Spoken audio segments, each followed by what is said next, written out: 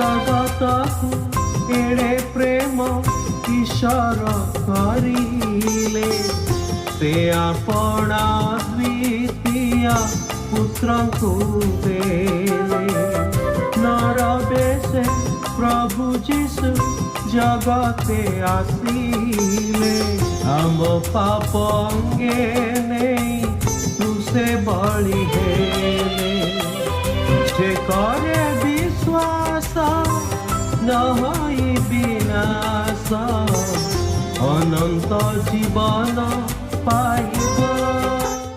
प्रिय श्रोता बंधु प्रभु श्रीख्रीष्ट प्रेममय नाम आपण को शुभेच्छा।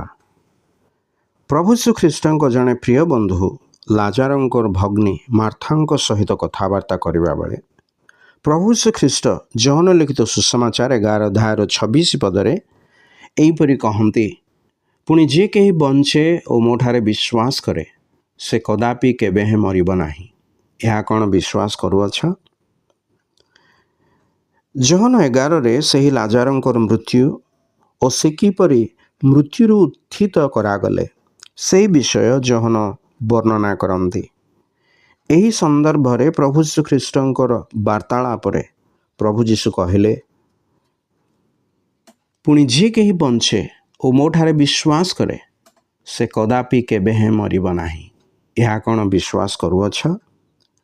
निज भाई लाजर को मृत्यु रे हराइथिबा मार्था शोकरे क्रंदन करुवा बेले प्रभु श्रीख्रीष्ट आपणार ही वाक्य द्वारा तांको जो सांत्वना और भरोसार गुरुत्वपूर्ण प्रतिज्ञार कथा कहले ताहा जी मते और आपणको मध्य यही प्रतिज्ञा प्रযোज्य अटे। अर्थात जी जीवन प्राप्त से अनंत काल जाए जीवित हो रहिबो।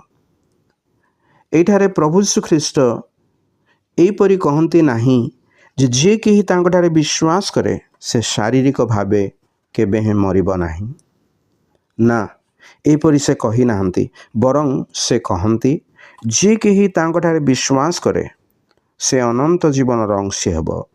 पाप हेतु जो मृत्यु आमे पाइबार दरकार प्रभु श्रीख्रीष्टर विश्वास द्वारा से ही चिरंतन मृत्यु अर्थात ईश्वर ठारू संपूर्ण रूपे विच्छिन्न होई नरकरे दंडित हबार अवस्थारू रक्षा पाई ताहांक सहित अनंत काल रहिबा पाई जो प्रभु आमको जीवन दान करती ताहांकु विश्वास करबा निमंते ताहांकु अधिक ज्ञात हबा निमंते ईश्वर आम मानकु सहाय्य करंतु। धन्यवाद।